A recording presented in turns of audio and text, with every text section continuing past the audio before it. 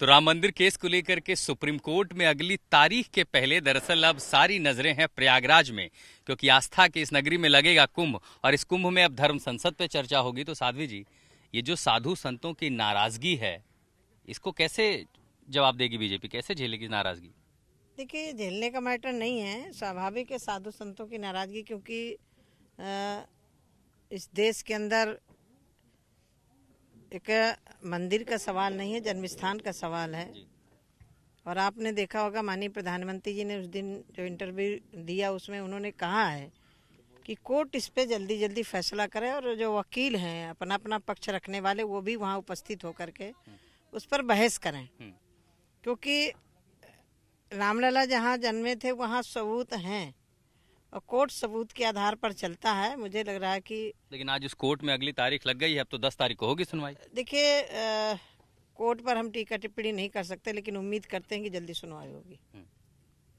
हालांकि इसमें एक कदम ये देख सकते हैं कि शायद केस एक कदम आगे बढ़ा हो। 10 तारीख को अब वो बेंच सुनेगी जिसको ये जिम्मेदारी दी जाएगी पूरा केस सुनने की। हाँ, अभी तक तो बेंच ही तय नहीं थी। अब यदि कोर्ट ने कह दिया कि 10 तारीख से सुनवाई होगी तो इसका मतलब बेंच 8 तक तय हो जाएगी कि कौन बेंच सुनवाई करेगी।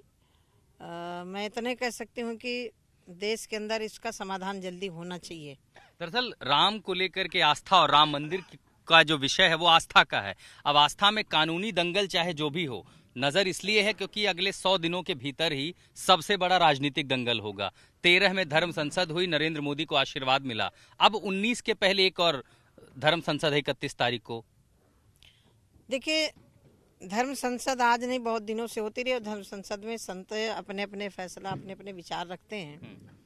जहाँ तक मंदिर की बात है तो मंदिर का सवाल नहीं है, वहाँ जन्मस्थल का सवाल है।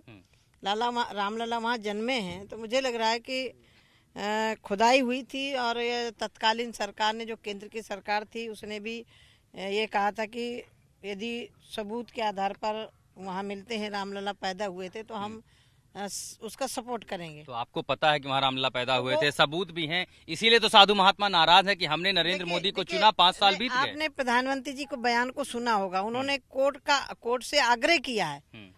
आप ST/ST का एक्ट ले लीजिए, कोर्ट ने फैसला किया तब उस पर सरकार ने। आपको बताऊं यहाँ मैं आपका सवाल समझ गया। हाँ। साधु महात्मा यही कह रहे हैं, आप SC/ST पे कानून ले आए, 3 तलाक पे कानून ले आए, 5 साल में सरकार मंदिर के मुद्दे पर इच्छा शक्ति क्यों नहीं दिखाई? का जवाब देना चाहती हूँ। जो माननीय प्रधानमंत्री जी ने कहा है कि ST/ST एक्ट में कोर्ट ने पहले निर्णय दिया कि सरकार उस पर जो चाहे वो कर सकती है। ये आया ना 3 तलाक पर, ये सरकार के ऊपर।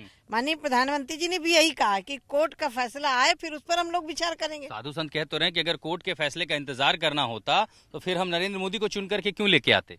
देखिए, वह मैं भी उसी में शामिल हूँ, मैं अलग नहीं हूँ, लेकिन मुझे लग रहा है कि जो प्रधानमंत्री जी ने कहा कि कोर्ट का फैसला तो आए।